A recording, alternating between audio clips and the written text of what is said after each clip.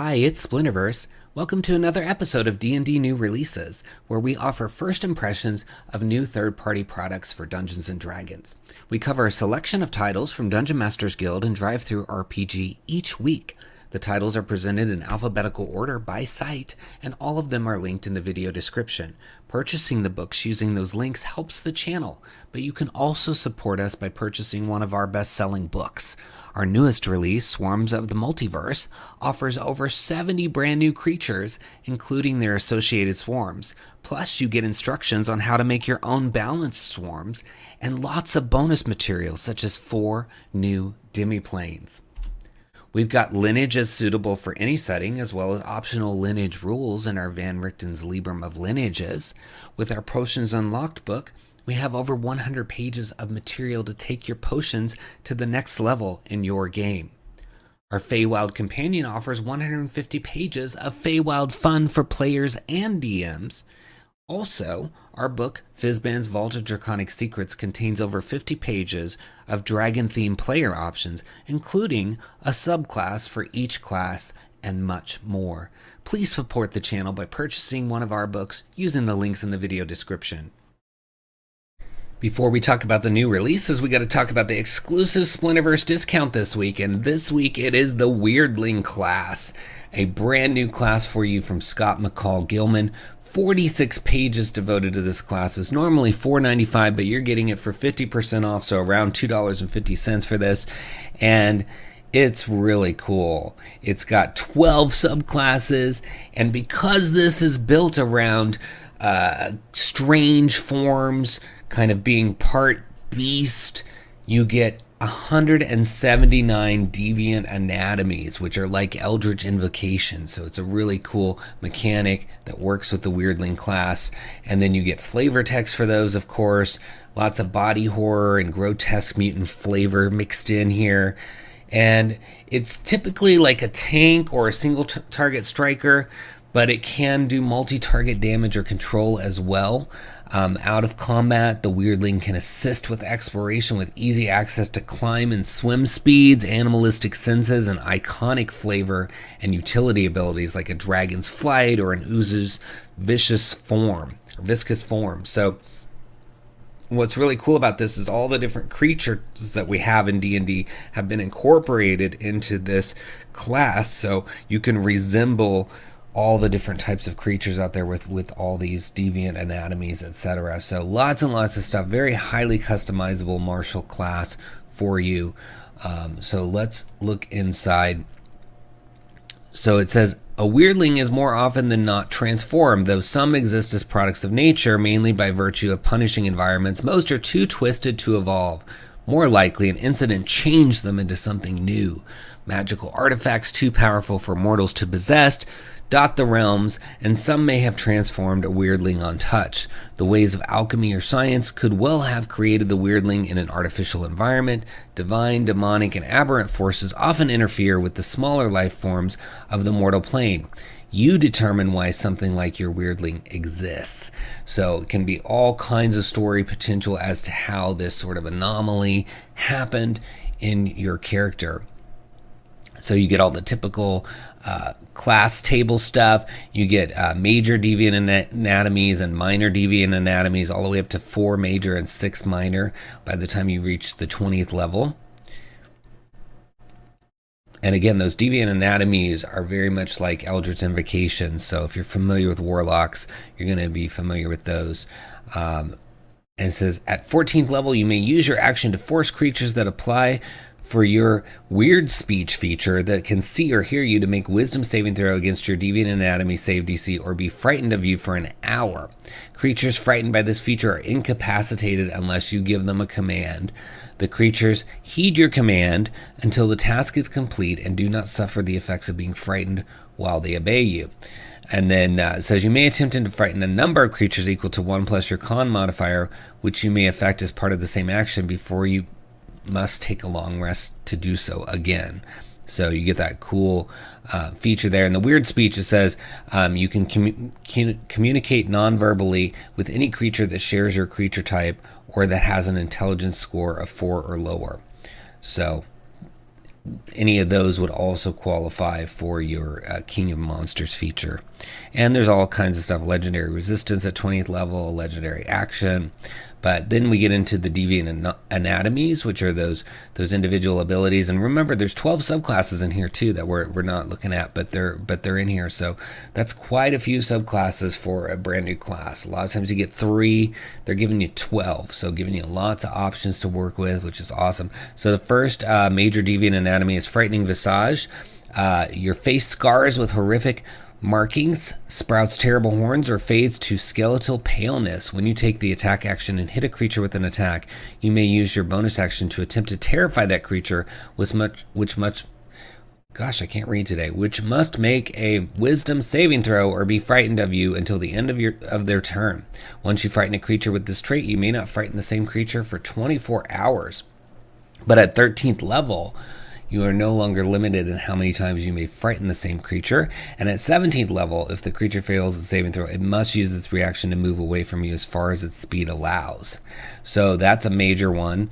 And it gives you all the information on the other ones too, like Inhuman Senses, Mimic Hide. Your skin is camouflaged or constantly shifting. You may hide as a bonus action. And it just Thorned Hide, Poison Skin, Consummate Mutation, Second Spawn, Lair. And then we get into the minor ones. And the first one is Animalistic Vigilance. Your eyes bulge, ears extend, or nostrils reshape. You have dark vision out to 120 feet. At 9th level, you cannot be surprised. At 17th level, you can add your Constitution modifier to your initiative roll. So I like that these sort of scale as you level and give you a different ability or modify the one that you've been given. That's also really helpful. There's even abnormal beings here. Aliens are first identified by sound, wretched squelching, squirming, and mutable flesh recalibrating itself to a humanoid shape. All of this is worse when it's heard, but not by ears, but in the depths of the mind, are horrid psychic monsters coming from the stars to conquer mankind. So then you have this abnormal beings is, I guess, your subclasses, right? So you have the heteroclite form at first level. Your creature type is now aberration. What's more, you can add deep speech to your list of known languages. You have advantage on ability checks made to recall or discover information about aberrations, and checks made to interact with them. And then at first level, at the end of a long rest, you can create a deep minion. So you can create this this creature, and that's really cool. So you have that to help you. And then you have a mental blast at 3rd level, and then decomprehension at 6th level. So you're immune to divination magic, and no one can tell if you're lying, basically. And you can communicate telepathically. So very aberration themed stuff. And then you get into some deviant anatomies that are only available to that subclass, which is pretty cool. So I think this book is just so thorough and has so many options for you. I mean, even if you just bought this book to look at some of the deviant anatomies as mechanics to add to an NPC or a big bad, or to give to a magic item, right? You could just do so much, because each of these deviant anatomies is almost like just a little effect waiting to be used. So they work great for this class, but I'm just trying to say, for roughly $2.50, you're going to get multiple uses out of this, because you're going to get all these effects, and then you're also going to get so very, very cool. Love that. I think you've got to check it out. This is the Wyrdling class. So much in here. Great price. Probably the best price ever for this. So check it out. It's in the timestamp, very first link to the Wyrdling class, or you can find it in the pinned comment in the alphabetized list of all the links from today's episode. So give it a click and grab it while it's on sale.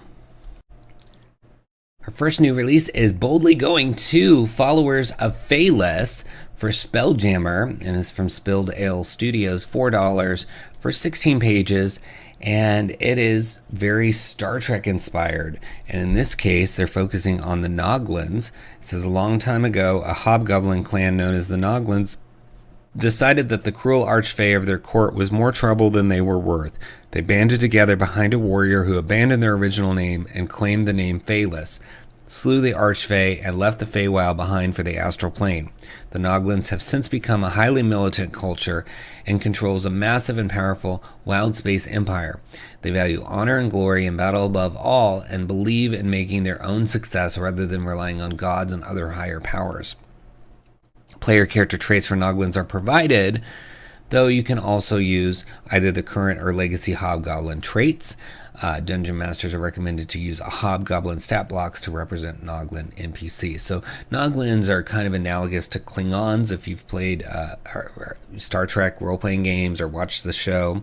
Then you're also getting the Stellar Soldier or Fighter archetype. You can think of a Stellar Soldier as being a variant Eldritch Knight that focuses on a mystic bond with the vehicle they own or crew on rather than bonding with a weapon. They are primarily able to choose evocation and conjuration spells. The connecting a Stellar Soldier has to a bonded vehicle comes with many advantages. They find it easier to control it, repair it, or perform any crew duty aboard it.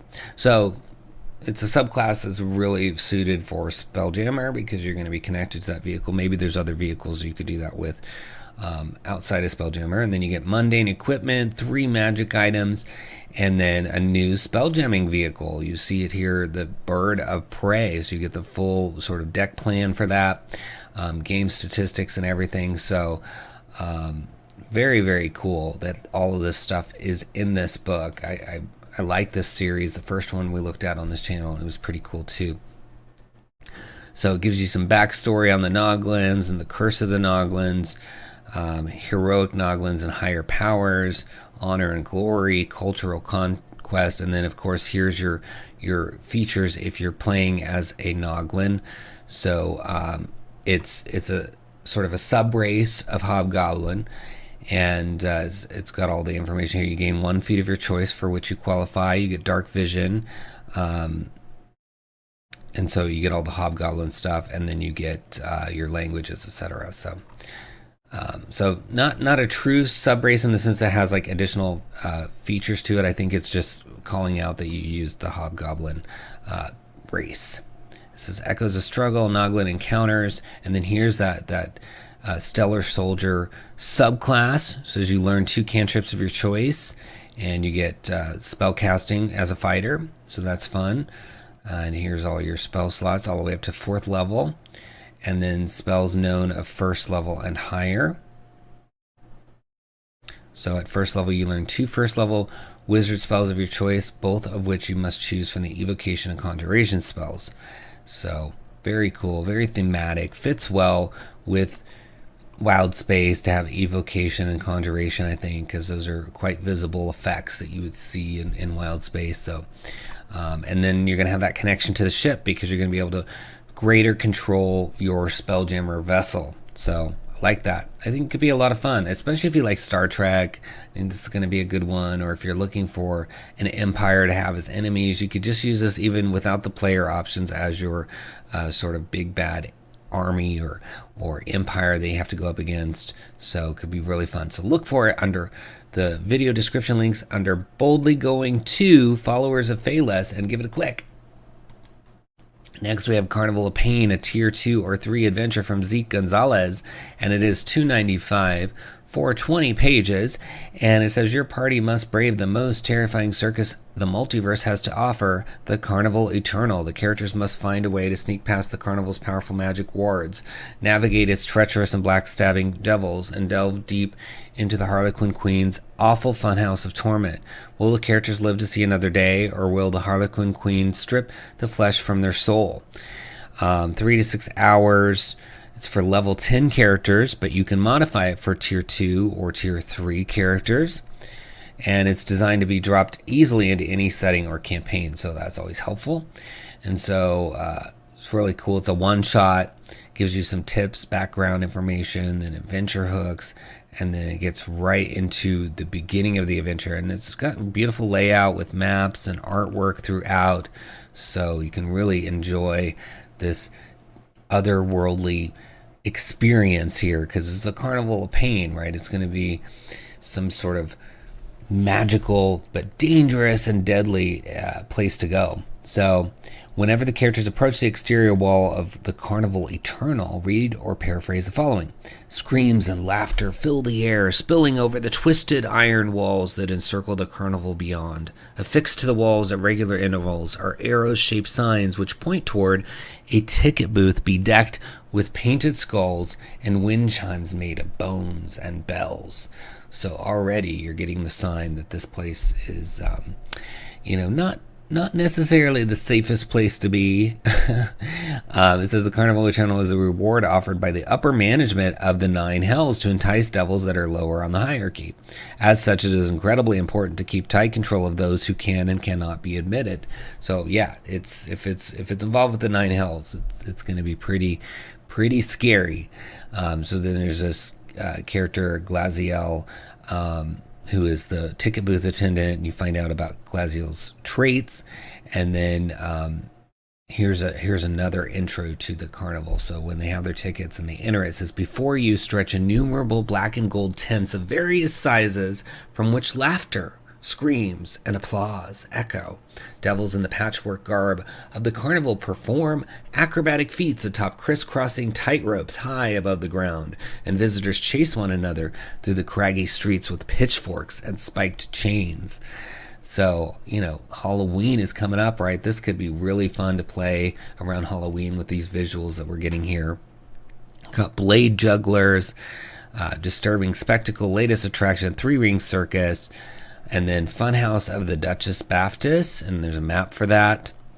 Talks about the general features of it, including the ceilings, the organ music, trapdoors, and you got the atrium, a bloated head, maze of mirrors. I mean, this is a lot of fun stuff. This is under the bloated head. It says this small room is almost completely occupied by a massive bloated head.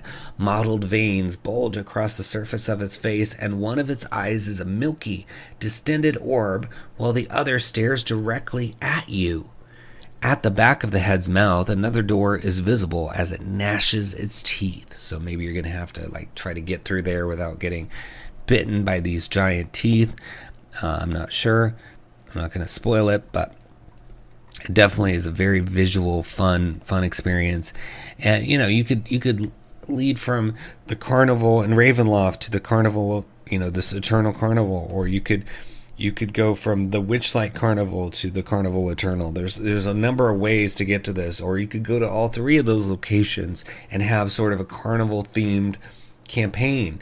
A lot of people played Wild Bound the Witchlight, and it was hard for people to want to leave the initial Witchlight Carnival because it was so fun, right? So you could recreate that here with this fun adventure. And it's, like I said, it's Halloween time, so you might use it as a Halloween one-shot. I mean, there's just so many ways to do this. Anytime you need to involve the Nine Hells, you could plop this somewhere in your homebrew campaign, because even though it's a Nine Hells related carnival, that doesn't mean it has to be on the Nine Hells. It can be on, the material plane or wherever, right? So lots and lots of fun and danger await you inside the Carnival of Pain. So check it out in the links below. Give it a click. Next, we have Crystal Lake, another place that might be dangerous to go, and it's a horror-themed adventure from Steve Jasper Orr. And it's 14 pages for $2.95. It says the serene and scenic Crystal Lake is beautiful this time of year. The crisp autumn air, the changing colors of the leaves, and the cool breeze of the lake provides the perfect place to get away from the hectic adventuring lifestyle. A campground on the shores of the lake provides relaxing activities to enjoy life and scenery and setting. But this year, an ancient evil awakens and threatens to shatter the serenity of the lake. The adventurers must abandon their plans for relaxation and save the innocent residents of the lake and themselves from a terrible demonic presence obsessed with revenge. So, really cool one shot. You can see some fun images down here. There's a map that looks cool. It's got a big camp map, so you could reuse that as a camp map for something else as well, even with a little pier here into the water. Reminds me a lot of course, the Friday the 13th, where the movies where the Crystal Lake is prominently featured there. So this seems to be like an homage to that. And so it goes right into that. You got an adventure overview, story hooks, Part 1, Crystal Lake Retreat, getting you into it, and then the 2 campsites, camp activities. So you're getting to see a big chunk of it, the final stand, the conclusion, and even the creature. So pretty much the whole book is here for you to browse through. You can see here's one of the cool maps, and then you've got the main cabin map as well. So these are going to be reusable for other things. And then the creatures are challenge 16 and 20. Well, this is tier 3 and tier 4 because they've made different stat blocks for each of the tiers, and then you've got a CR8 and a CR3 for the other tiers. So I love that. Seems like that makes this adventure really scalable for any tier, which I love. So let's read a little bit about some of the adventure hooks. So it says, highly recommend a familiar face, perhaps the owners of a tavern the party frequents, or a contact that often gives them work, comments that the party looks more haggard and stressed than usual. They suggest a trip to the lake to relax and unwind a bit. So yeah, you could just plop Crystal Lake somewhere. It could be in the Forgotten Realms, or pretty much any setting you want to have a lake in, even Eberron. And just have the characters show up for relaxation. Also, one of the party members is a distant relative of Seamus, Eliza, or Whispers, and they recently received a personal invitation to get together at the lake. So that's another way to get the characters in there. And then it talks about scaling for all the tiers here. So very, very cool. Now let's read a little bit of the flavor text. Let me find a good spot to read. So the cabin is silent for a moment as the attacks seem to have come to a halt. The crisp autumn air blows in through the broken windows. An owl hoots in the near distance. Just as you begin to think that maybe the creature has abandoned its assault, the front door flies open. In steps the creature. It stands over 7 feet tall and is wearing a smooth mask over its face, glowing yellow eyes peering out from behind. Rusty chains hang from its shoulders. A dark and dirty one-piece tunic covers its arms, body, and legs. A sharp sword drips with crimson blood. It raises its sword and attacks. So very reminiscent of a scene from like Friday the 13th. Different in that there's a tunic and a sword instead of a machete, and a hockey mask, and similar but different enough to make it an homage. And that's really fun. A lot of people have enjoyed the Friday the 13th movies, and again with Halloween here rapidly approaching, this could be a fun one shot to make people feel like they're going up against Jason or something similar to Jason in their own little version of Crystal Lake in the D&D realm. And I think if you don't tell the players, hey, the name of the adventure we're playing today, the one shot, is Crystal Lake, but then they go to Crystal Lake, and you're like, oh wow, that's funny, we're going to Crystal Lake, is Jason here? And then little did they realize there is going to be this sort of analogous creature to Jason that they're going to encounter, and I think that could be a lot of fun. So check it out. It's in the video description links under Crystal Lake. Give it a click. Next we have Heroes of Wildspace, Cleric, Druid, and Fighter from E.R.F. Jordan, $1.95 for 5 pages. And in this you're going to get basically 3 subclasses that are perfect for Wildspace or Spelljammer. So you get the Cleric Trade Domain, you get the Druid Circle of the Void, and you get the Fighter, the Star Knight. And it says the Cleric is a master of the marketplace, the Druid protects the silvery void of the astral sea, and the Star Knight can channel starlight magic. So those sound all really fun. So right away you're getting to see in the preview the Cleric Trade Domain, and it says, when cultures from all over the cosmos gather, they invariably form marketplaces to exchange their resources and share their artistry. To deities of the trade domain, every marketplace is a chapel, every purchase is a prayer, and every promise is a contract written and signed. So clerics of trade, sometimes called merchant clerics, believe that everything has value to someone and nothing is truly useless. So that's a really good backdrop to play this kind of cleric. And then you get, of course, spells, you get bonus proficiencies, and you're an expert at making trades even at a distance. As a bonus action, you can trade one object you are holding with one object that a willing creature within 30 feet of you is holding. If the creature is holding multiple objects, it chooses which object to give you. If the creature is holding no object, you simply give the object to them, or vice versa. And then transpose, second level. As an action, you can invoke your channel divinity to trade places with a willing creature of your choice within 30 feet of you. If your destination is within 5 feet of another creature, you can make a single weapon attack against the creature as part of the same action. So some fun little trickery, bouncing back and forth with willing creatures. And then treasure stash at 6th level. Like all good merchant clerics, you hide your finest treasures where they can't be stolen. You can cast the secret chest spell without expending a spell slot. The chest and figurine used for this special casting have no required cost, but they must be emblazoned with the holy symbol. Finally, the spell has no risk of ending early and losing your belongings, but destroying the figurine still returns the chest to your plane of existence, depositing it at your feet.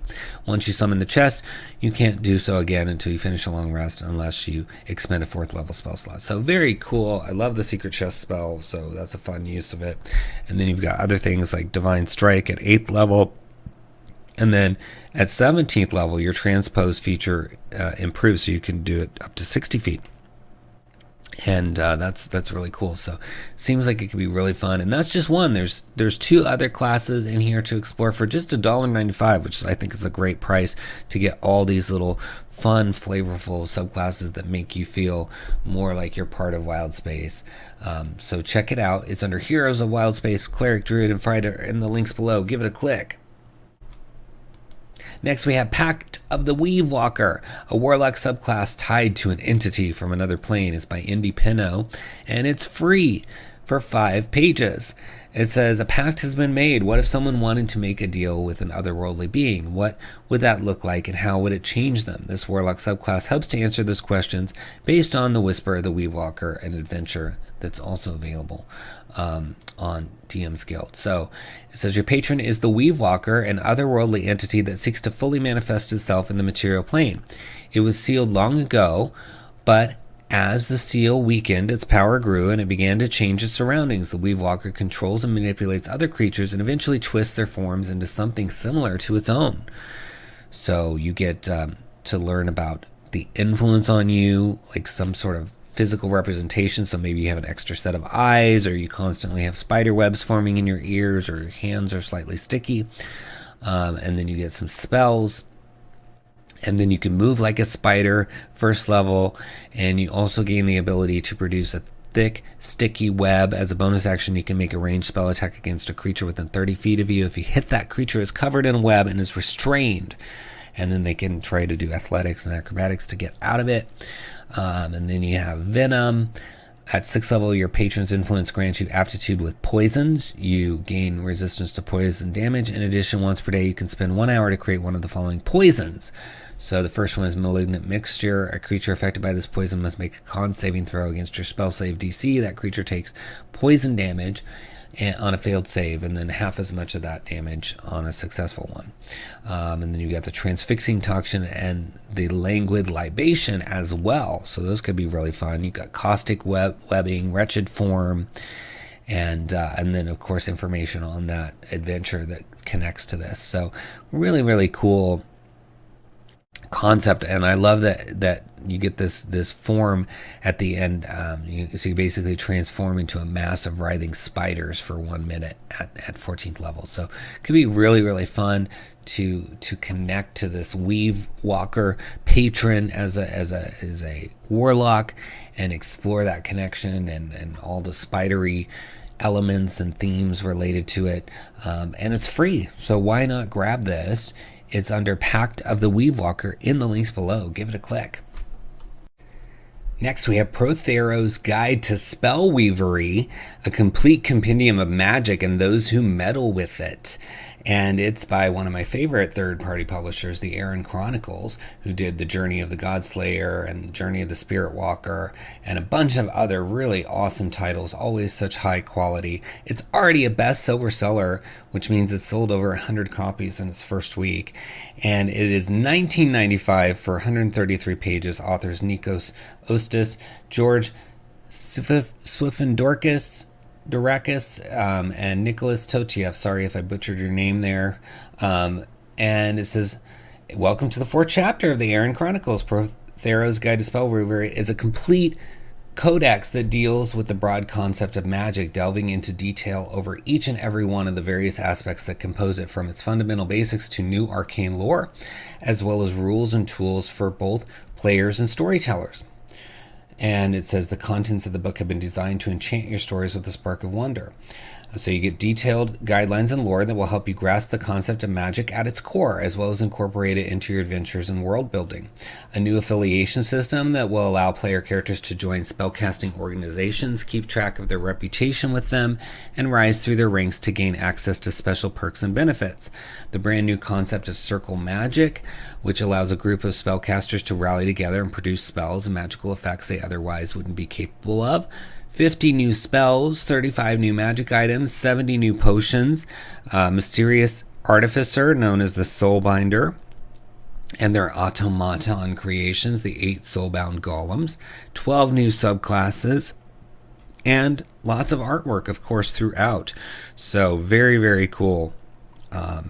And you can see just from scrolling through that, as usual, from Aaron Chronicles, the layout is gorgeous. And I mean, look at the beautiful artwork for all the potions here, and the soulbound golems. So just lovely.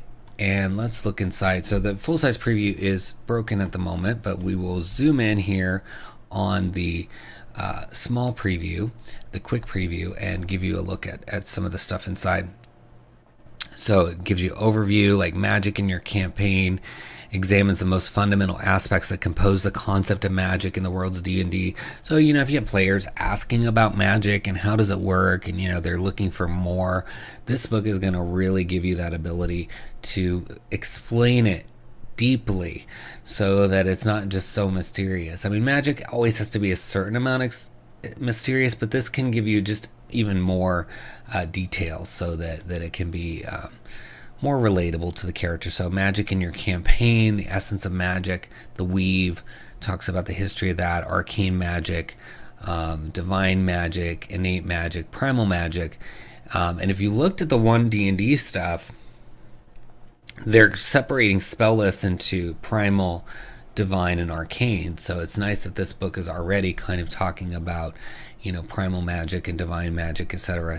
Because if it gets to that point where that becomes the way things are going to be, then you already have some information behind the scenes on it. And then you've also got all the schools of magic described, so you can understand what kind of study is related to those schools, what kind of things, what kind of effects do they create, and how are they different.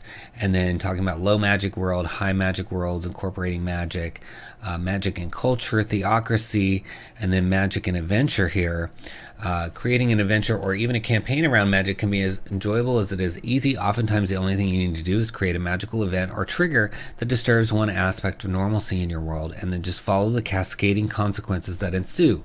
What if the realm's monarch falls prey to the sways of a powerful lost my place here, powerful enchanter? What happens when a mighty artifact is unearthed in an otherwise mundane village, or when a legendary figure of the past returns from the world of the dead bearing an ominous prophecy? Yeah, what happens in all those scenarios? And so this table is going to give you some adventure hooks, like the court mage of a city accidentally killed their benefactor when they entered their research lab during a volatile experiment. In order to keep the secret, they have assumed the deceased's identity. The facade, however, is falling apart as people start to notice hints of weird behavior. So that's a great one. You can really imagine all the things that could be going on with that, and how why isn't the wizard so-and-so doing this spell properly? It messed up. It was supposed to do it this way, and it's just not working right, and we're counting on him to do whatever, right? And so you can have just a whole adventure, and they have to figure out that the mage is just a fake, and that could be really fun. And then the next one, a magical scroll is discovered by a noble family who know nothing of magic. They consider its value to be immense and immediately go to great lengths to protect it from aspiring thieves and political enemies. Their actions draw the attention of many interested parties who pay good money to gain possession of said scroll. In truth, the scroll contains the spell Detect Magic. So that could be a fun one as well. all these people fighting over a detect magic scroll. So that could be really, really funny to discover. But it goes all the way up to 20, and then you get into magic guilds, academies and covens, mystic circles and Templar orders, and all the different things, how you could have a hierarchy, and then the benefits of those, being part of that group. So you've got an affiliation system. It says below follows an optional rule system that you may implement into your games in order to track the progress of the character's affiliation with a particular guild. Their reputation grows through the outcomes of their dealings with the guild's interest to a point of becoming an esteemed or even notorious figure for its other members. With slight alterations to the list of benefits and general aesthetic, you may easily use the system to represent a character's relationship to any organization or syndicate. And so it talks about, what your ranks are, and then how to climb through those, and then the modifiers, and then some example magic guilds, etc. So some of the names are the Council of Elders of 𝙬𝙗, Church of Lathander, Church of Shar, etc. So really fun stuff. Just going deep into magic. So, if one of your favorite parts of the game is spell casting, this could be really fun. If you want to give your players new spells, new magic items, new potions. We only got to look at part of the book, but there's 133 pages to explore, 12 subclasses. There's gonna be something in here that you can use right away. Whether it's a spell, magic item, potion, or the concepts of circle magic. Circle magic could be really fun too, where you have to combine spellcasters to cast different types of spells. And then these subclasses, I'm sure it's all great, because every book I've looked at from the Aaron Chronicles has just been top notch in terms of editing, writing, concepts. This book, if you think about it, a lot of it could have been published outside of the DM's Guild, because it's very, new information. It's not connected to the lore too much, although we're seeing references to Forgotten Realms in some of the pieces we looked at. The overall concept, right? And so I think it's really nice that Aaron Chronicles, a lot of their books, that they're giving them to you in the DM's Guild format, because they don't have to do that, but they're being kind enough to share these great concepts with you, because a lot of books on DM's Guild are just iterations of, here's continuation of something from Forgotten Realms, or here's an add-on to Wild Beyond the Witchlight. But this is really like its own concept that touches on things from the Wizards IP, but not fully deep diving into, the Forgotten Realms or something, right? So it's very kind that this is here for you, and I hope you check it out, and all the other books from Aaron Chronicles. So look for it in the links below. It's under Prothero's Guide to Spellweavery. Give it a click. Next, we have Ravenloft Trinkets and Treasures from Jeff C. Stevens, Ben Doherty, Gene Brody Jr., Joanne Delaunay, John Connor Self, Carrie Jo Cage, Friedigman, Megan J. I don't know. I'm terrible at names. So anyway, hope I didn't butcher those too badly. $4.95, and you get 33 pages. And it's a collection of trinkets and magic items inspired by several of the original Ravenloft adventures. So that's so cool, because there's so many great ones from history that have been not updated for 5th edition yet. And it says the Evil Eye, Feasts of Goblins, the Forgotten Terror, Neither Man Nor Beast. It just goes on. All these, there's so many Ravenloft adventures throughout the history of Dungeons and Dragons to draw upon. It says they created 41 colorful trinkets and 39 magical items for you to use as rewards for your adventurers. And they're not just for Ravenloft. They could be put in any campaign where it fits. So that's cool. And look at this fun artwork right off the bat. So this is the first section of the supplement, contains a Ravenloft's trinkets table and a Ravenloft magic items table. They've numbered them, allowing you to roll to randomly decide which trinket or treasure your adventurers find. The trinkets table provides you with the name we've given the trinket, along with a brief description of the trinket. The magic items table provides you the item, name, type, and rarity. The second section of the supplement is a little different than other magic item supplements you might have used. They reference original Ravenloft material for inspiration when creating these treasures. For that reason, they've kept the trinkets and items associated with a particular supplement all together, so that you might be inspired to review the original product. That's cool. So they're encouraging people to go back and look at some of these older ones. And a lot of the older books, if you don't know, a lot of the older edition Dungeons and Dragons books are on DM's Guild. If you just search for a title from the past, they don't have every single one yet, but they have a large amount of them. So you can search for some of the ones that they're going to talk about in here, I'm sure. So you get the trinkets table, and then you get the magic items table. So you've got different rarities, but you can see that they've got they're kind of close together. It goes from D to V and then starts with A again. That's because they're grouping them by the inspiration. So if you like Dagger of the Midnight Slasher all the way through 𝙬𝙤𝙩𝙬𝙧𝙬𝙀 Dagger of Judgment, you can then go to the supplement that those are inspired by and really just deep dive into it. So, and I love that they have these descriptions of the trinkets as well. A lot of times you don't get that much detail on a trinket, so really cool. And then you've got some wondrous items in here. But let's just read a couple from the table. So you've got the first one's charred rubble, a crumbling brick of stone charred to ash on one end, and the Flacovian dagger, a curved dagger with a hawk insignia emblazoned on the handle.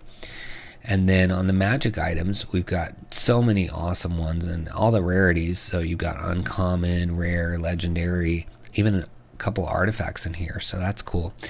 But looking now down here at Charred Rebel, so we read the description of it, but then there's a whole history. It says, when word of the Dark Lord Baron Bacolus's death reached Carina, the garrison revolted against his chief steward, Manfred Tigé.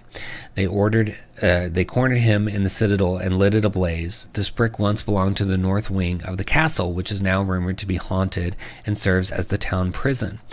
This rubble makes a nice charcoal stick if you can get past the feeling that it's haunted. So gives you a use for the trinket, gives you some backstory that can be discovered either when you get the trinket or later on, and then of course the description. So again, they're expanding what you're getting with your trinkets too. The Falcovian dagger, its history is the dagger likely belonged to a Falcovian soldier or merchant. Either way, it's usually in the hands of someone who means business, and it can be used as an ordinary dagger. Falcovians wielding it are regarded with respect by other Falcovians, but others are looked upon with distrust. So again, a little bit of usage, not something OP, right? It's just a little ribbon almost, which is nice. And then getting down here into some of the items, let's look at the Evil Eye Amulet. So you got a wondrous item, uncommon, requires attunement. An evil eye symbol is painted on this blue glass pendant. You have advantage on saving throws against the effects of the evil eye ability possessed by some Ravenloft humanoids. If the bearer does not believe in the evil eye or the power of the amulet provides no benefits. So you got to believe in the power of the evil eye. So I love that. Lots of flavor, fun stuff as usual from this group. And I hope they continue to produce these trinkets and treasures, because I like the way they're doing it and how they're giving you that extra detail and the fun artwork and names in here and referencing those old books. I love when people do that. So check it out. It's under Ravenloft Trinkets and Treasures in the links below. Give it a click. Next, we have Tome of Towns, Volume 1 by Michael Dalvano, $3.99 for 41 pages. It's a collection of 20 themed towns with NPCs, buildings, guilds, religions, trade items, government types, and history for each of the towns, so you can easily incorporate them into your own homebrew setting or a published setting out there whenever you need a town. You just never know when you're going to need one, so it's good to have them. It gives you some background inside the book on what it does and what it has, but gives you a look at the first town, Ethelmore, and you can see it has sort of background on population, the government, so it's a feudalist government. Its defenses are knights. It trades jade. The guild is called the Last Chance Knights. It gives you some religion information, then it's got a history and then present day information, as well as religions, detail on the Last Chance Knights, important buildings like a tavern, inn, the Gentle Meadery, general store, the scribe, holy site, government buildings, guild faction headquarters, and then some NPCs, including a stat block for the Last Chance Knight, which is the defense of the place as well. So you have some CR3 defenses. So this could be a place that you guys just travel through. The Gentle Meadery maybe on your way to an adventure, or it could be a home base that you develop around everything that's listed here. I feel like it's just the right amount of stuff because it's giving you some key information, but there's plenty of room for you to build upon if you want to come up with your own locations. Maybe you have some buildings you want to put in there. Maybe you have some NPCs you want to put in there. So that's the beauty of this. It's not so much information that you feel like there's no room for you to create as well. So it says Ethelmore is a town almost every child dreams to visit. The story of the town starts with the Jade Forest. Throughout history, the Jade Forest has been a portal to the Feywild. If you believe the rumors, it still very much is. You just have to be in the right place during a blue moon, or the first dawn snowfall of the year, or stumble upon the wise tree and beg for access, or whatever that specific storyteller finds most interesting. Whatever the true way to get to the Feywild is, it hasn't happened in a very long time. Still, there is evidence of Feywild magic here. The forest is inexplicably filled with jade. Even chopping a tree can find jade throughout the trunk. The much more obvious piece of evidence is the small population of Harengon that now occupy the town. The story goes that a community of them accidentally stumbled on the portal, launching them from the Feywild to the material plane, only to become stuck there. They are waiting for the portal to open up again so they could return. The source of jade and the potential for a Feywild portal has spurred the local kingdom to set up a town beside the forest. To protect the value this area has, a fortress was constructed along the walls, rather elaborate walls that extend all the way around the town and the forest itself. These walls are patrolled by the Last Chance Knights. So you have an interesting situation, a whole forest that's walled in and portals to the Feywild, and so people could be disappearing, people could be facing creatures that popped in from the Feywild. And then you have, of course, the people that live there and the Last Chance Knights. So lots of stuff could happen here. Just to give you a taste of some of the buildings, so you've got the Academic, which is a scribe, the only stone building besides the fort or walls. There is no door, just a sign that says "Please knock." Riveted to the outside, upon knocking, an arched doorway shape becomes translucent, and customers are able to simply walk through. Inside, there's a floating and spinning glass pyramid that sends light scattering around the store. The place provides spell scrolls with a heavy lean towards spells that are whimsical in nature, and the NPC is Galen McLevin. And then down here, you can find out about Galen. It says, wearing a silk shirt and constantly lounging on a couch, he has glasses with multiple flip-down lenses of different tints. He is quite proper and businesslike, and he's a human male. So everything you need to really bring this small town to life. And that's just one. There's 19 more in here. So you just never know when you're going to need those.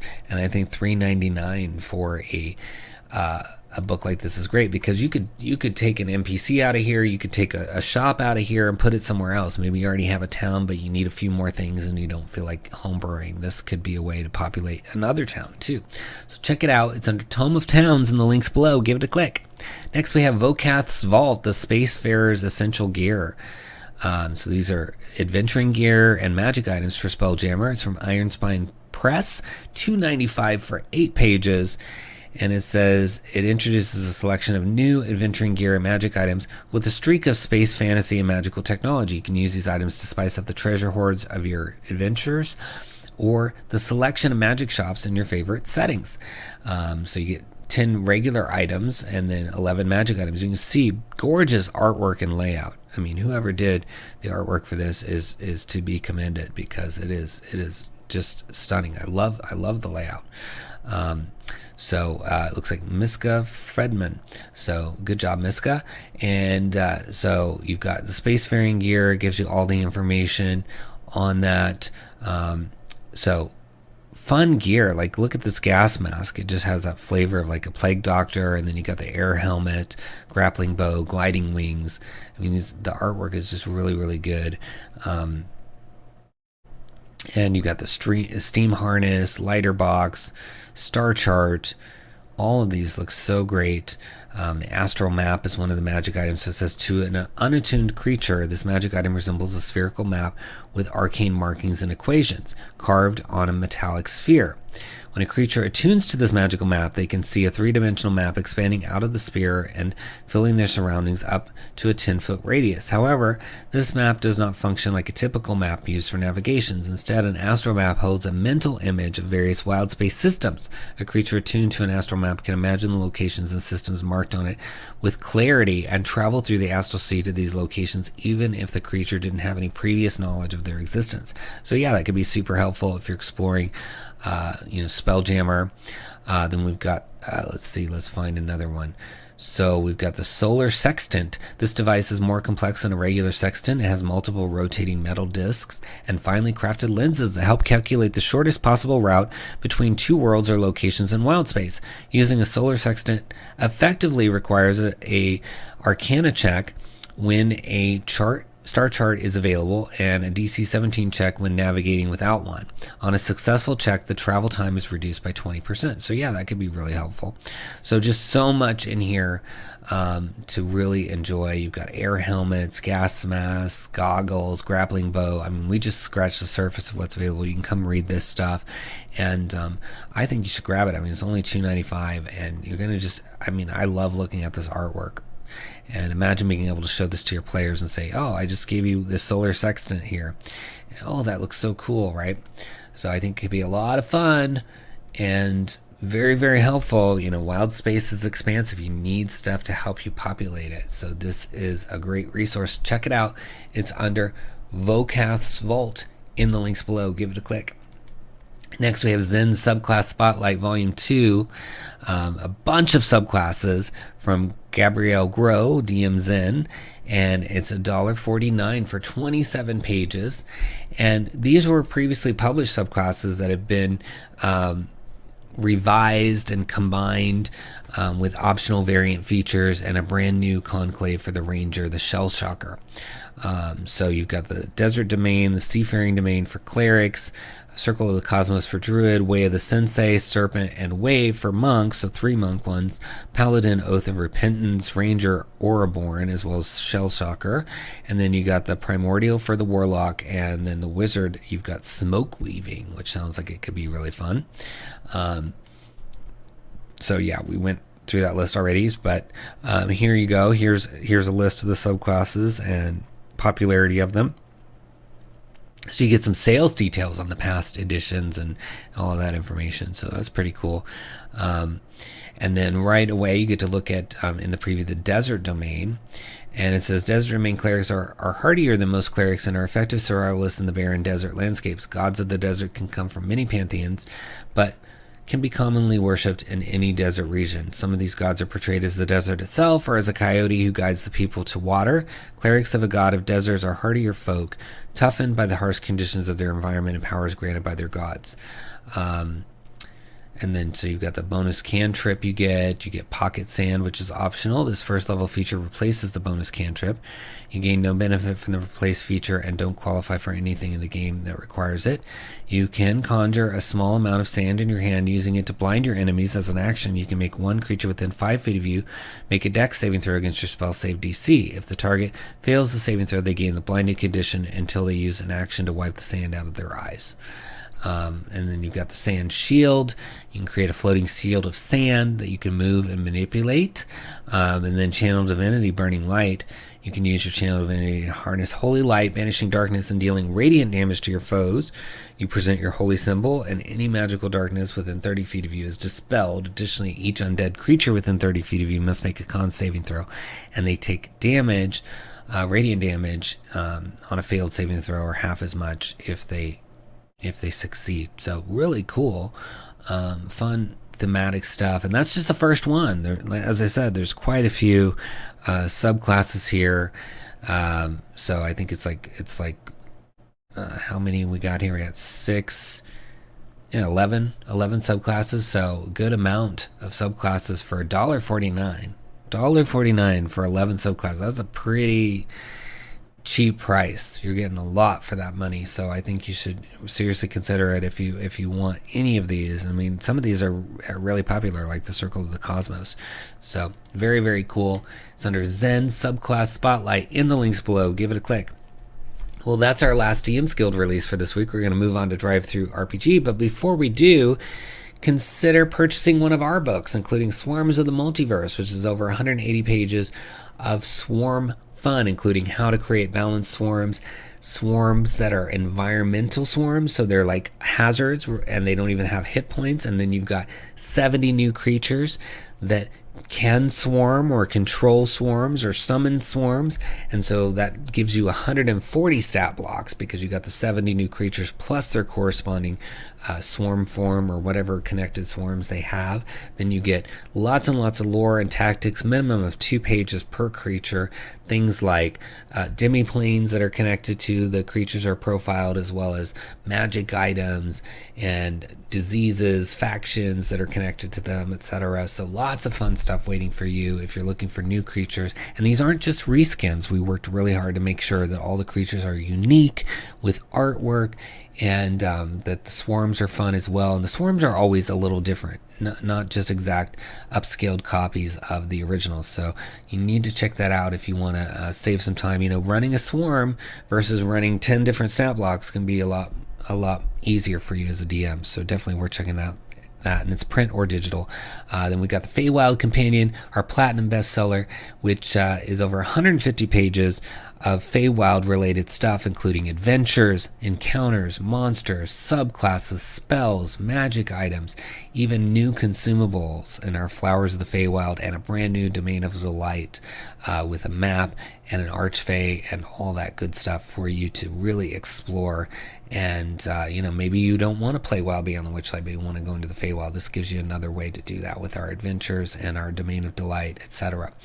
So that's print or digital as well. Then we've got Fizban's Vault of Draconic Secrets, which has just recently become a platinum bestseller as well, and it is focused on dragon themed things. So you've got subclasses with the dragon theme, one for each and every class. Then you've got magic items, horde magic items, draconic gifts, adventure hooks for all of the stuff in the book, including the backgrounds and the trinkets, etc. So all kinds of fun for you to explore as a DM or player. Then we got Potions Unlocked, which is over 100 pages in digital or print, and it gives you brand new potions along with optional rules to make potions more fun and interesting. Backstories for all of the brand new potions that are like short stories that have little things that tie them together. So if you read all the little short stories, you'll have some connections, and it'll feel like a little cinematic universe almost.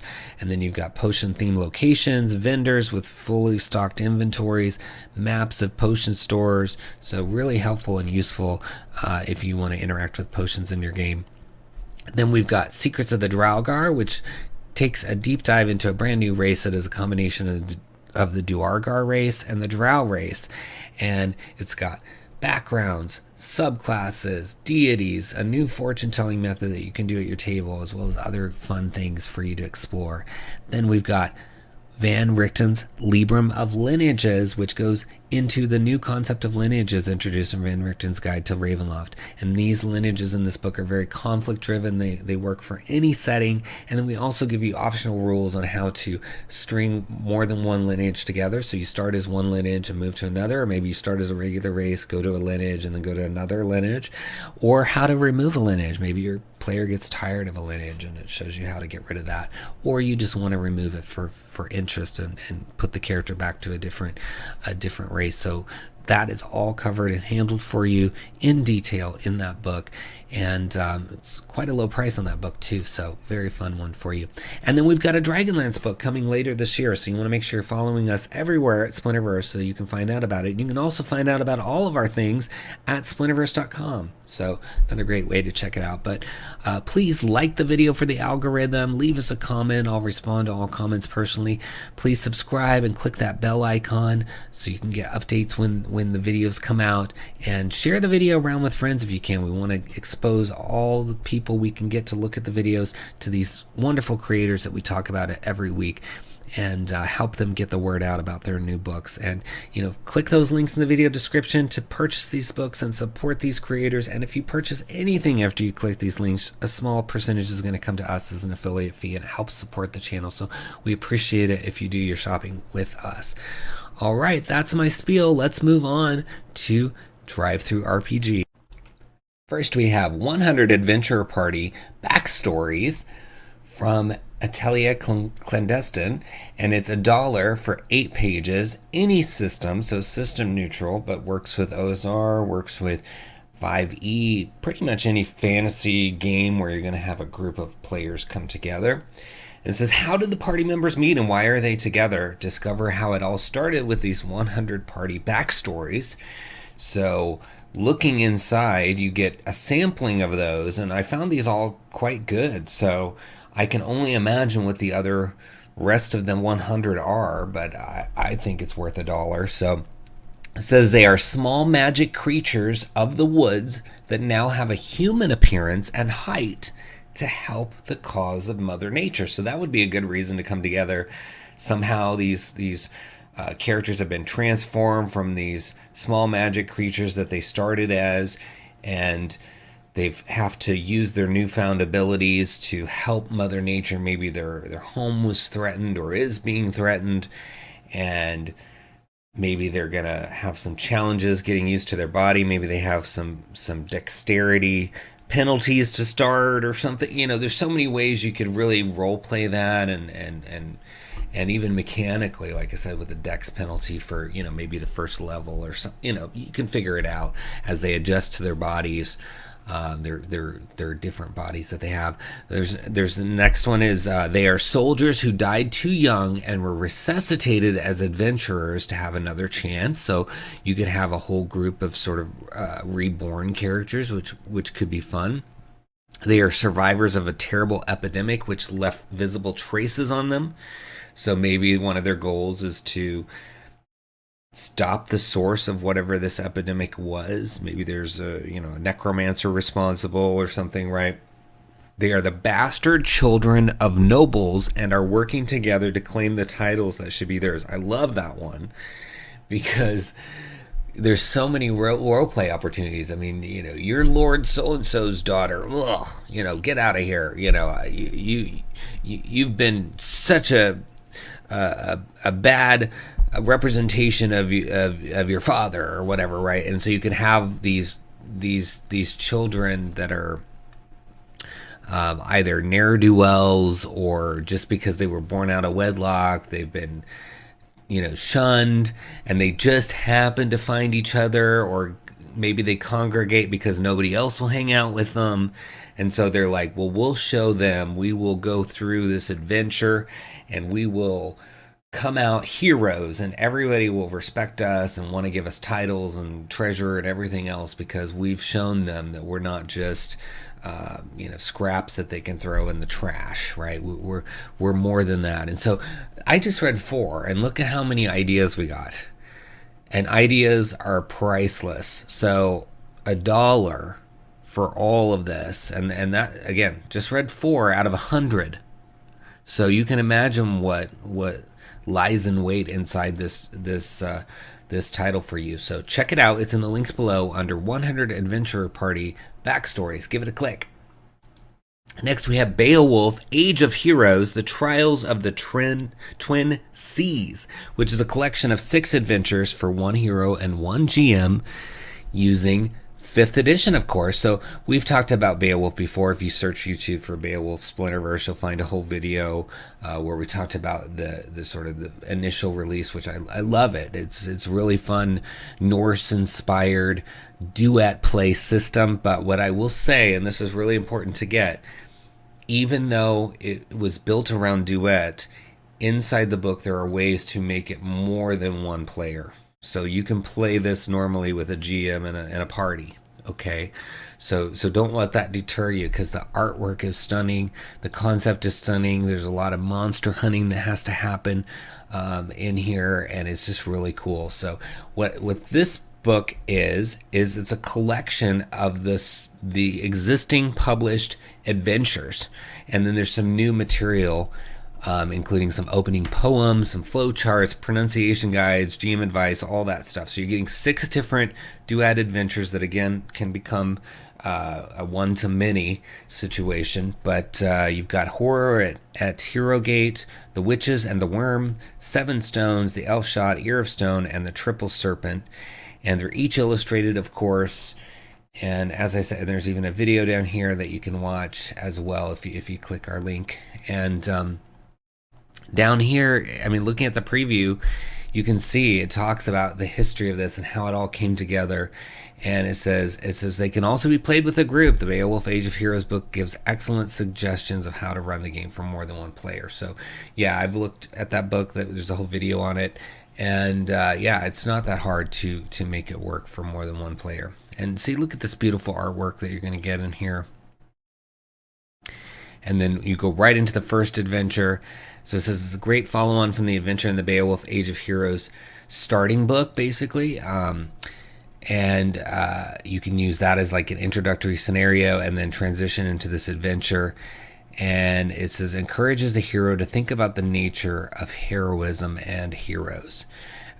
So it's for a hero of levels 3 to 4 and any alignment. And it's not combat heavy, but there are plenty of opportunities to play up the NPC roles. There are battles with human raiders in disguise. The final battle involves conflict with a ghostly Dryag and possibly the local leader. And then it talks about followers, because followers is another thing that happens in Beowulf. So since it's typically played with one GM, one player, you have followers that kind of can make up a party of NPCs. But again, you can use the original book to replace the followers with players. You've got rewards, XP, etc. So I like this sort of summary at the beginning, just kind of lays everything out to expect before you even start reading everything.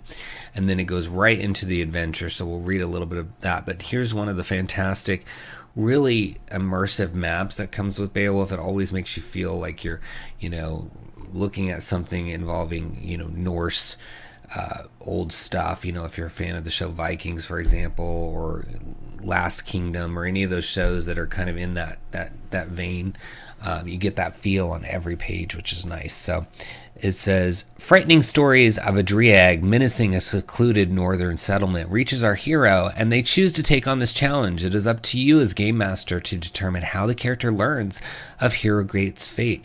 Is it through the tale of a scop, repeating news out of the north, or a merchant who had a disappointing turn at the settlement and is now complaining of their ill fortune to anyone who will listen? Or does a local ruler lament that they do not have enough sturdy warriors to answer the call for aid from distant kin? So giving you some sort of hooks to figure out how the hero finds out about something they need to do. And then they gather their followers and make ready to meet the new danger. They stock their ship with supplies and prepare the craft for a journey across the North Seas. Meanwhile, a portent comes to our hero. The GM should discuss with the player their preferences for how this omen comes to the hero. Do they have a strange dream in the middle of a fitful sleep? Do they consult a local soothsayer for guidance about their fate and the adventure ahead? Does an old fisher folk give them cryptic advice as they make ready to sail? So yeah, lots of opportunities for the player to sort of come up with stuff. And then you have the portent here, and then you get into the fishing settlement. And these maps, you can reuse them too, right? This could be a settlement anywhere, especially if you're playing Beowulf, because they all, like I said, really give you that feel of Norse inspired goodness. So I really just love Beowulf. I think it's such a great book from Handiwork Games. It's $19.99 for 240 pages. So you're getting 240 pages here. And I think duet play is awesome. And I think it's especially good that this can be converted to traditional one-to-many play. So check it out. It's in the links below under Beowulf, The Trials of the Twin Seas. Give it a click. Next, we have Capital City Codex, which contains over 50 NPCs, each one a timeless character that will add a bit of charm or creative interaction for your campaign. Each of the characters has a history, stat block, special abilities that make for crazy new gameplay, and they also have a hook or a secret or something that the game master can use to introduce them or make them a better fit into the story. So it's 67 pages for $10 on sale, normally $17. Author Gunter Schluterer and Vicky Underwood. Let's take a look inside, and of course it's for 5th edition. So we've got King Gradam right off the bat here. It says, King Gradam's family were only called by their titles, so his father was king and his mother was queen, and the children were prince or princess.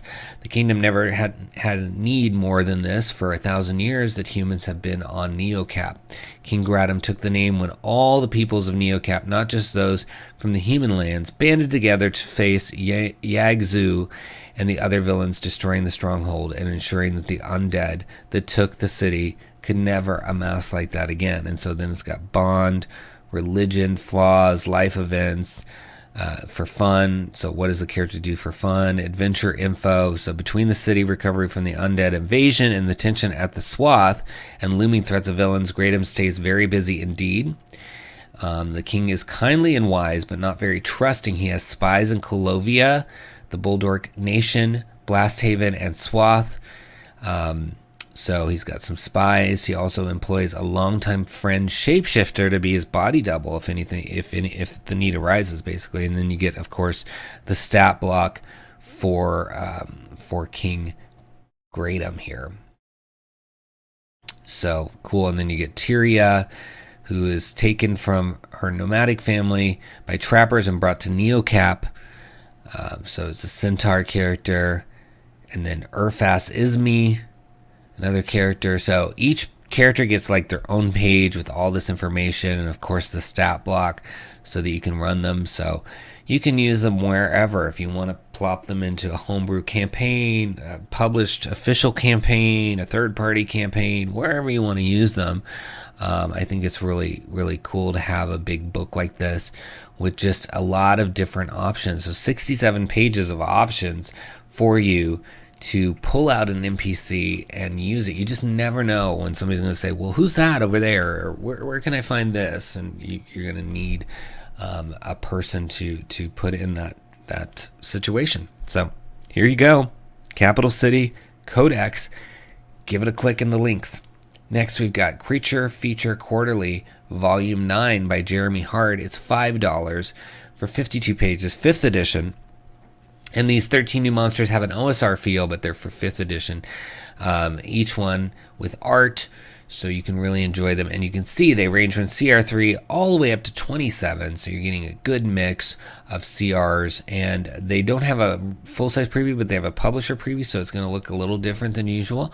But here you go. You get to see the full pages. So right off the bat, it's got the 𝙭𝙬𝙬𝙬, which is a CR3.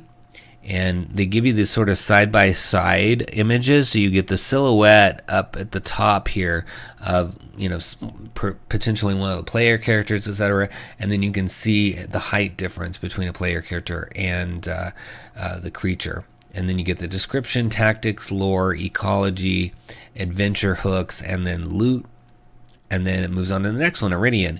And you can see again, the comparison in silhouette of the artwork to player character, and then through the same sort of process. So you get to see 2 full creatures in the description here. So let's read about the 𝙤𝙤𝙬𝙬, which is a CR3 as well.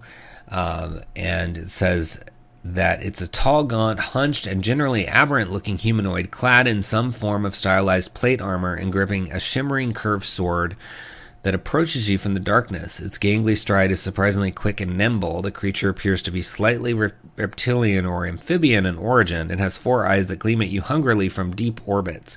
An impossibly long tongue slithers out of its mouth to scent at the air, revealing long carnivorous teeth. And then it gives you an example of what a first encounter might be like. And then it talks about the tactics. These creatures are highly intelligent and very cunning. They will often attack in superior numbers, usually at least 2 to 1. And there's more detail on that. Then there's some lore, ecology. So, what do they eat, drink, all that stuff. And then you get into the seeds down here as well as the loot. So the entourage of a princeling was recently attacked by a band of 𝙤𝙤𝙬𝙬 on a diplomatic journey to a neighboring kingdom. The 𝙤𝙤𝙬 allowed a few of the party to return and deliver word to the king. The terms of the 𝙤𝙤𝙬 state they will return his son if the king delivers 100 bound and hooded slaves to a site of their choosing. A further stipulation is that all of the slaves must be young and of good health. The site will be announced once terms are agreed to. And then there's some DM notes to take it a little further for you. And then it talks about the loot, etc. So you're getting a lot of information for each creature, and they're not overlapping, so it's not like you're going to be distracted by more than one creature on a page. It's like, okay, we have these 4 pages devoted to the first one, and then same thing with the next one, so they each get about 4 pages. So you can really just focus. It makes it easier to print too, because the whole stat block is a page unto itself, so you can just print that and have it there ready for you. It's already black and white, so it's really easy to print. So I love this, and I think it's going to give you some creature options for just $5. Get some wide variety from CR3 to CR27. So check it out. It's in the links below under Creature Feature Quarterly 9. Give it a click. Next, we have The Fallen Temple of Light, a Zine Quest issue number 1 from Burning Light Press, and it is 36 pages for 5th edition, and it's $5 for the PDF, but you can get a black and white copy of it in a book for $12, or you can get the combo of both the PDF and the book for $12, which I think is a really cool price. Author is Daniel James, and I like the artwork here. It says, The Fallen Temple of Light is a tale of corrupted townsfolk, forsaken lands, and the risen dead who hold no peace. It is a story of an abandoned village and the folk who still cling to its tattered edges, but most importantly, is a place where light can be reclaimed, a place where those brave and willing hold a chance to restore peace, order, and hope. A harrowing dive under the Temple of Light, this deadly adventure is designed for low to mid-level adventuring party of any shape or size. The module is built around a cascading dungeon that falls deeper and deeper into the earth below, with the GM given ample opportunity to create unique and diverse dungeon crawl for daring adventurers. So you get the village of Meatram and its history, NPCs, places of interest, town services, inventories, Fallen Temple of Light, and its 7 dungeon floors, rollable tables to run the dungeon or create further depths, each with detailed descriptions. So yeah, I was looking through this in preparation, and it's so well organized. So you get the town at the beginning, you get some hooks for it, and then it goes into the temple and the backstory of like what's happening beneath the surface, and then places of interest in the town, and then named NPCs running the town, services, and then inventory lists. I mean, these are really great to have, even reusable for other situations where you need an inventory list, and then goes right into how the dungeon is designed. And I really appreciate, I'm going to zoom out so you can get a good sense of it. So this says floor 1, and then it gives you all of the numbered locations, their descriptions on a single page. And then you go to the next page, and here's the map with all the numbered locations. So really with 2 pages, you could print these out side by side and behind your DM screen, and you're good to go. You might need some stat blocks or something, right? But it tells you where those are in the monster manual, DMG, etc. So if you have your D&D Beyond up or whatever on your PDF or your app, you're good to go. And it just proceeds like that. So floor 2, then you got floor 2's map, floor 3, floor 4. So you get to see a significant, it's a 7-floor dungeon. So you get to see more than half of it in the preview, which I really appreciate. So yeah, I like this a lot, and to be able to get it as a print book too for just $12, I mean that's awesome. So it says, in a time long past, Meatram sat as a prosperous town patronized by merchants and travelers. Its quiet, nestled location amongst rising foothills, the only source of rest and replenishment for many, many leagues. The town's time and purpose, however, eventually fell short, for nearly a century ago, the dwarves of Ilnock Peak took pickaxe to stone and carved their way from one side to the other, creating a new route that cut a journey of weeks to one of mere days. In what let seem like moments, Meatram shrank from a settlement of thousands to a hamlet holding little more than a few hundred souls. So yeah, this has fallen on hard times because now they're not sort of a stop on a long journey.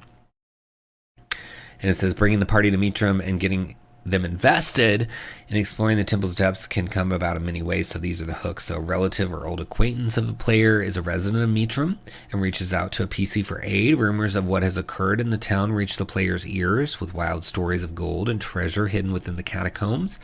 The party is hired to clear the temple of foul creatures within, promised a reward of any loot recovered. And then it goes into the temple and all the backstories of the locations and characters like Henley Yule, the bitter innkeep, an elderly man who had hoped to spend his twilight years by the hearth. While watching his business prosper, he finds himself surrounded by nothing but failure in a world gone to hell. Bitter and angry at everything and everyone, his only care is the upkeep of his tavern. When push comes to shove, he is known to do the right thing, but it comes with a heavy dose of foul words and angry gazes. So it talks about running the town day and night, aid and reinforcements, services, and then here's that inventory sheet again, and then it gets into the catacomb and it talks about how it's designed. But we'll just pick one section to read here. It says, 1d4 injured adventurers are hidden within this tomb, the group hiding from creatures that chase them within. They will keep quiet until they realize the party are living people before begging for aid and escaping. Halfway through any conversation with them, the party will be attacked by the creatures that were hunting the injured adventurers. Roll on the creature table. The NPCs hold the guard. Stat block, however, they're of little use in combat outside of defending themselves. So yeah, that presents an interesting situation. What do we do with these people? Do we take them, out of this catacomb and back up to the surface? What was hunting them? So then, you have a creature table in here that can generate that. So yeah, I like the randomness with the creature table because, replayability, it can be a totally different creature the second time. And then you've got really interesting maps. Like this area, could be really hard to navigate next to 6 here. This kind of interesting little passageways. So yeah, it looks like a lot of fun to me, and I like the way it's organized, and I like that you can get it as a print on demand if you want. So look for it. It's under Fallen Temple of Light, and the link's below. Give it a click. Next, we have Menagerie of Adventures, number 2, a collection of 5 5th edition adventures for 1st to 4th level characters written by William Murakami Brundage, and it's from Menagerie Press. And you can purchase it for $11.99 as the PDF, or you can get a print-on-demand version, like standard softcover, for $13.99, or both of them for $14.99. And it's 26 pages.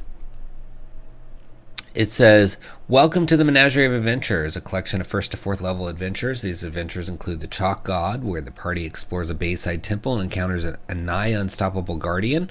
The Hound Knight, where a wayward knight errant and his pet challenge the group to a battle for their lives. Bullet Time, featuring a halfling farm facing an underground menace, and more." So yeah, it's you just never know when you're going to need either inspiration for an adventure or a full-on adventure to run. So the beauty of this book, and the beyond the fact that you can get it for digital or print, is that it has an assortment of adventures for different levels. So you can mix and match. You can just pull out one for a one shot. You can string them together. You can just run 2 of them, whatever works. So it says the first one is for 1st to 2nd level. The second adventure is from 2nd to 4th. There's another one for 3rd to 4th, another one for 3rd to 4th, and another one for 3rd to 4th. So you've got a good mix for those tier 1 adventure options. Looking inside, you get to see 27 pages. So you get to see the whole book. So you can see all the adventures.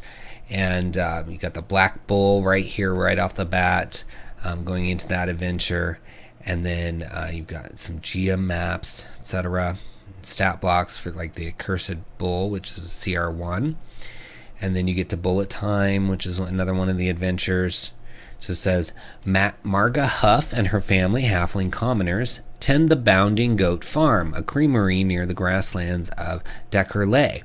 Marga, her sons, Smit and Ranlin, and her husband, Doman, own hundreds of goats, and they graze these livestock on the gentle hills on their homestead. Unfortunately for Marga's family, a hungry bullet has moved into the region, discovering and devouring the unsuspecting goats. Marga doesn't know what is feasting on her animals, but every day for a week, goats have been torn to pieces and her grazing lands are disrupted by large holes. Seeking to protect her herd and livelihood, Marga put a bounty on whatever is destroying her herd and land, offering 60 GP to each person involved in stopping the disturbances.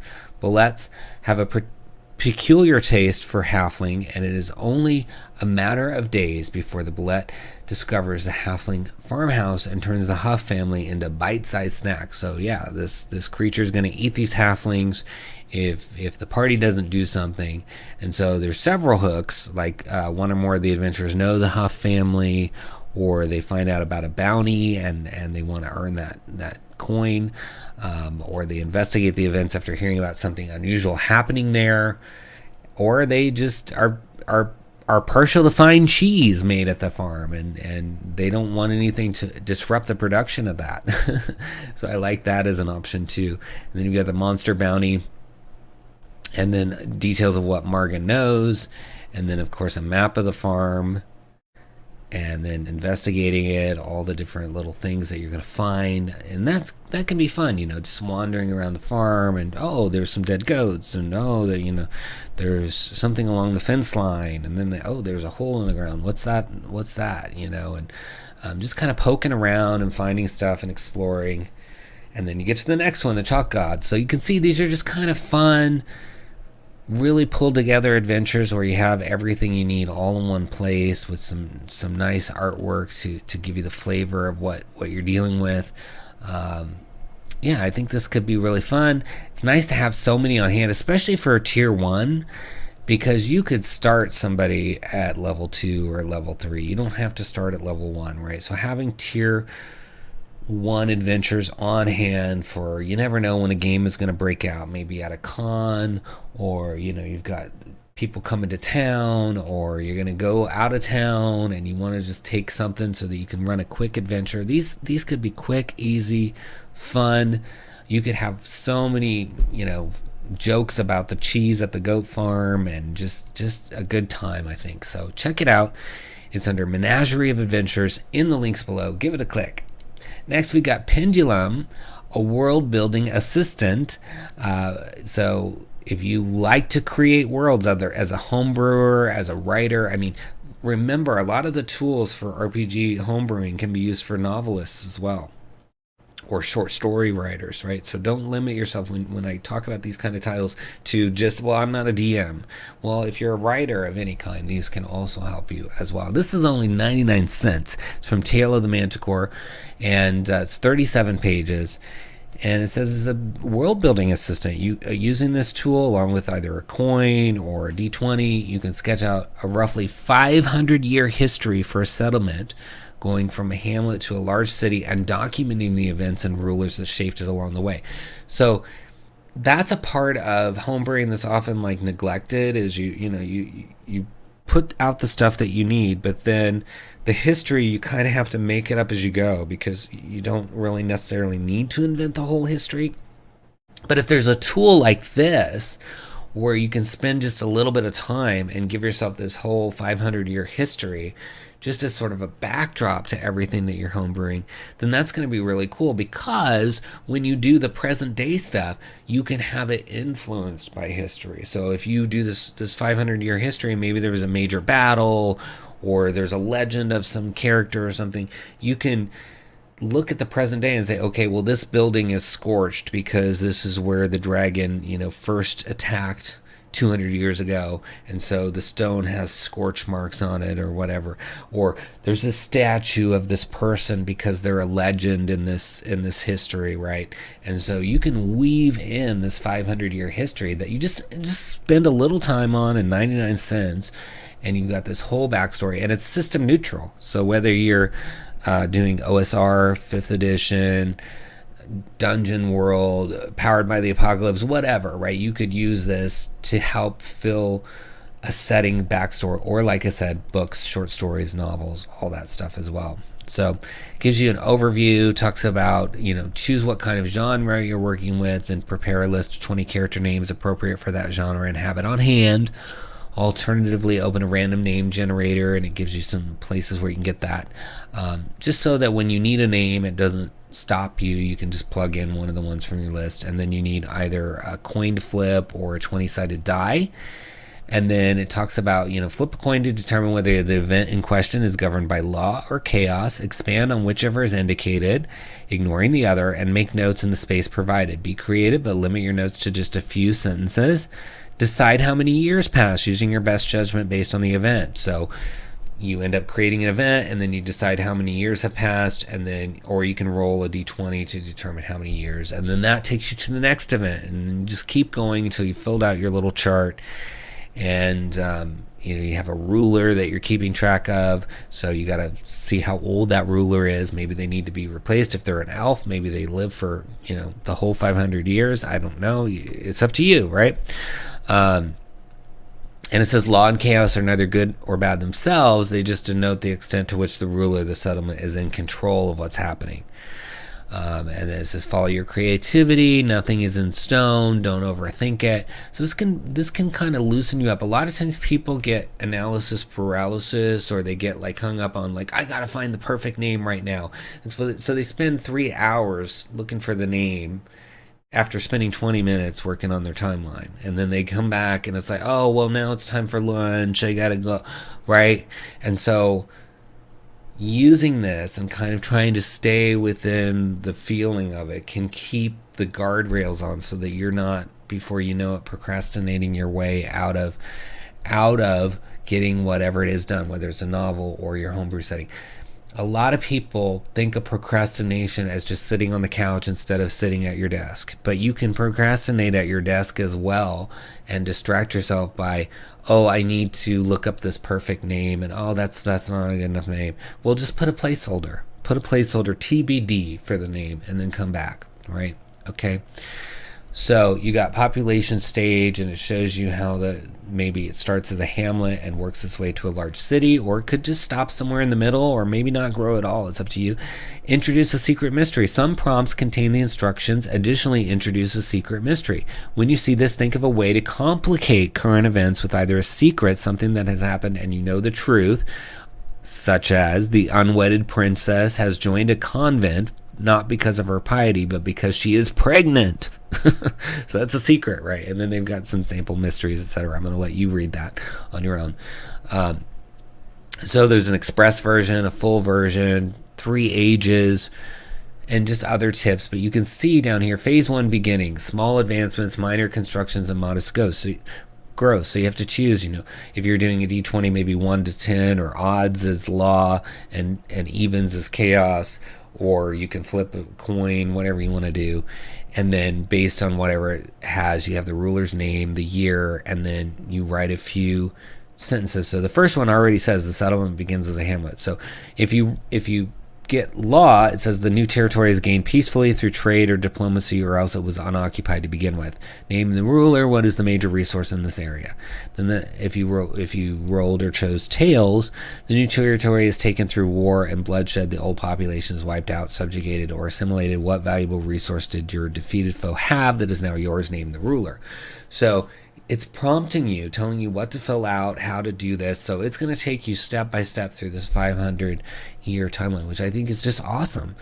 I definitely can see lots of uses for this, and I think you should really, really look at this as an option if you either want to write a campaign that you publish, setting, or you want to just use it for a homebrew backdrop, even just for fun, just creating a timeline that is just for you. That could be really fun too. So check it out. It's in the video description links under Pendulum. Give it a click. Next we have The Phantom Manor, a spooky adventure for characters of any game level from Double Proficiency, $7.50 for 40 pages. And it says for Dungeons & Dragons, OSR, Pathfinder, because it's system neutral. And it says, will the adventurers find a way to break the curse, or will they fall prey to the malevolent specters inhabiting this Phantom Manor? So it's a haunted house type adventure suitable for any fantasy role-playing game, though it works well with historical or modern era games, as well with some modifications. The adventure contains everything you need to play except for the rules, as those will come from whatever game you've chosen to play. It's billed as a short, spooky story with a slight comedic undertone, with replayability value and an interesting reward, adding depth to your party's downtime activities. The story's theme is gothic horror, though it doesn't introduce gory or particularly unsettling concepts on its own. It's up to their party and the GM to decide how scary they want to make it. The story is presented through visual storytelling and clues left by the previous denizens, leaving plenty of narrative room for game masters to fill in to make it suit their storytelling style. And then they also have some pictures here of what it looks like inside, so you can see how cool it looks and all the beautiful artwork. They also we've talked about Double Proficiency a number of times, and they produce really great cards, and they released Ghostly Apparitions card set this week, so you could use that to further your ghostly fun. I mean, it's Halloween time, right?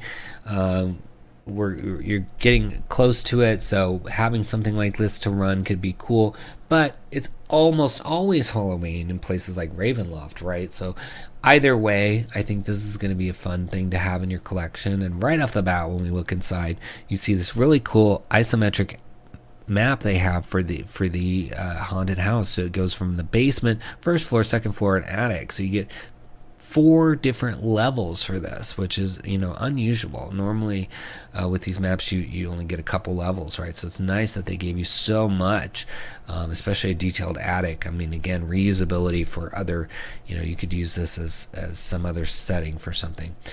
So you get the background beautifully laid out. Look at this artwork for the manor. Love that. You could easily show that to the player, say this is what you walk up to. You see that. You've got the ghost table with all these different ghosts, a malevolent trio, malice, hatred, fear, and then a clue table with different clues. The first one is 𝘽𝙤𝙘𝙧𝙀 diploma for winning a local history contest. So yeah, you find out about 𝙤𝙘𝙘. You got the main challenge. I mean, this is really cool. You're getting to see such a good chunk of the book. We'll really get into each of the different rooms. Yeah, and the layout is just really, really nice. Easy on the eyes. Really easy to read through this and understand what's going on. So on the ghost table, the first one is friend. The spirit misses its old job in the house and would like to see the PCs succeed. Unless the PCs are actively hostile towards it, the ghost will provide an aid action or equivalent to their tasks in the room. So, could easily work that into whatever system you're in. Another one is trickster. The spirit would rather play tricks on the PCs than help, misplaces items, moves them around when nobody watches, etc. Add a complication to the PC's tests, place them at a disadvantage, or increase critical fail chances. So yeah, really easy to work that in. So 13 ghosts haunt the Rosebloom mansion, 10 specters employed by 𝙬𝙬 to maintain the house before they went rogue, and a trio of demonic beings responsible for the estate's collapse and the family's tragedy. Whenever you enter a room for the first time, roll a d10 to see which spirit possesses that room. Depending on the result, it will try to hinder, aid, or outright hurt the player characters. And that's where you get this list of ghosts, as we talked about, and there's a good amount there.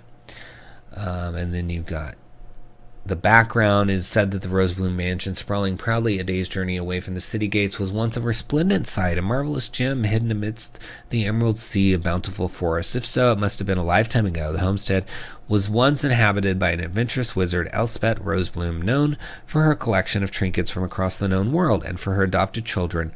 Elspeth built the mansion on a haunted ground, a spirit nexus, shining like a beacon for the restless spirits. She gave them a new home and gainful employment until something went wrong.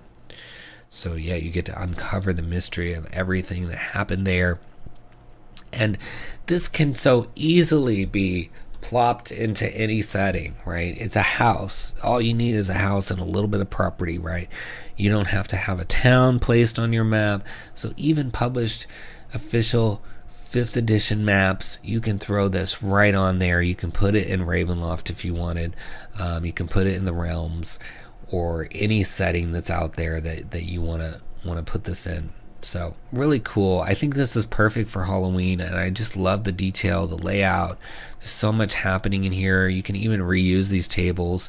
I mean, the ghost table, you could reuse that on another setting, some of these mechanics. And I love that it's usable for any of the games that you play. So more value there. Just for $7.50 you get all of this goodness. So check it out. It's under Phantom Manor in the links below. Give it a click.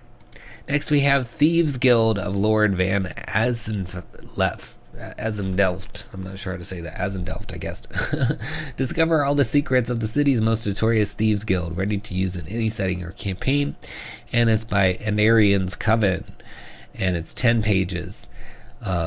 So you get a unique idea for Thieves Guild, background story of the guild master and founder, Lord Floris Van Azimdelft, 2 maps for a warehouse, ground and upper floor, both with the night variant, a map for the guild's secret hideout, a complete description of the lair and the treasure there, stat blocks for the guild member and the guild master. So yeah, I picked this one because I was like, it's nice to have a Thieves Guild that you can just place somewhere, and it doesn't have all these trappings of like it's got to be woven into Waterdeep or whatever. It's just you plug and play this, which is nice because you never know when you're going to need a Thief Guild, especially if you have players that are going to be rogues.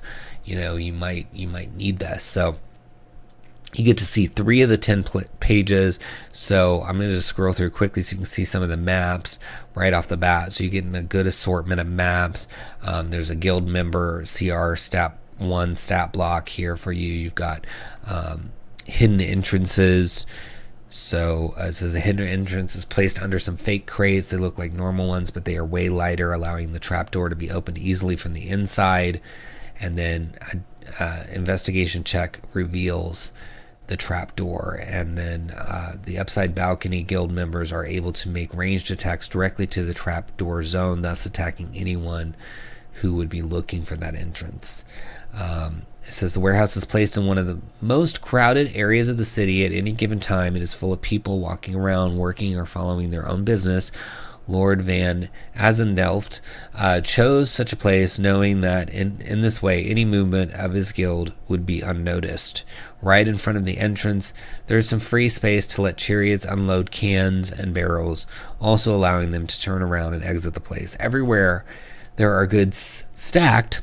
On the left, there is a goods lifter to let workers move cans to the upper floor where more stocking place is available. Under some cans near the entrance of the warehouse, but well hidden, there's a trapdoor that connects the warehouse to the Underground Thieves Guild.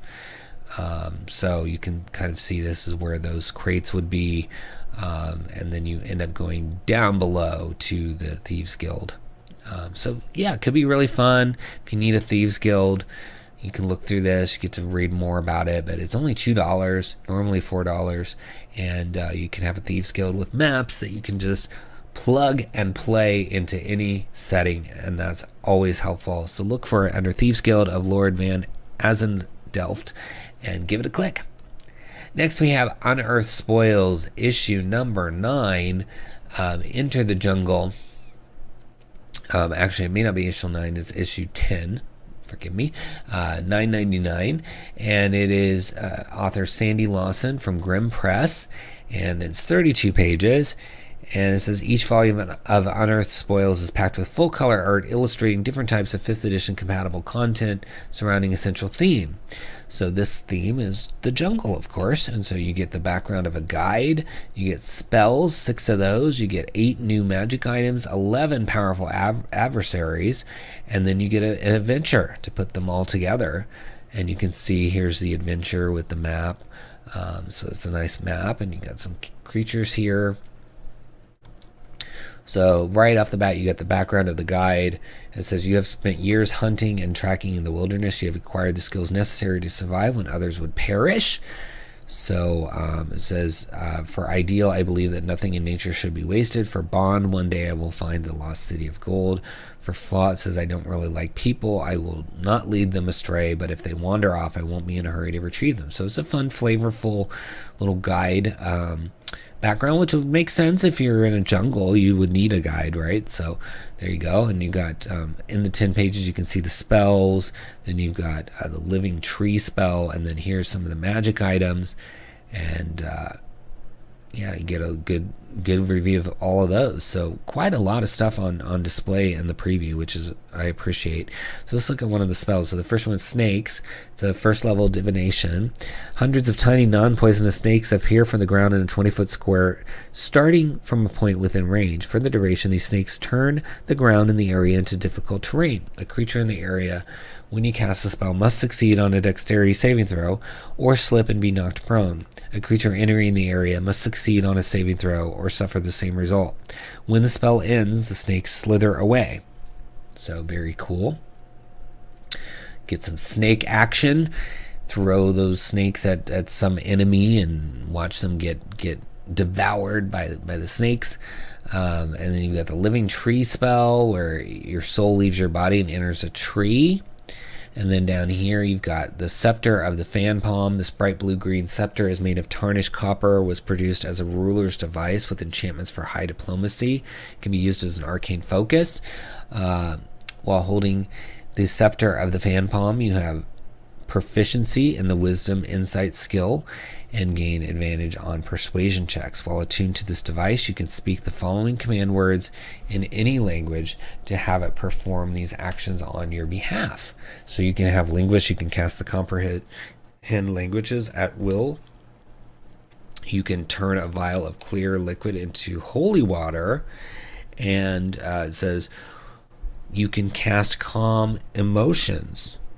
So lots of cool spells in here. Encouragement, Hero's Feast, Mass Suggestion, Anti-Magic Field. So basically you're getting an assortment of spells that you can cast with this Scepter, the Fan Palm, which looks really cool. It looks like it's just a palm frond from a palm tree, but it's got a cool like handle on it. So could be mistaken for, you know, just a branch from a palm tree, but it's not. It's actually a scepter. So cool. And you got the Talisman of Trickery.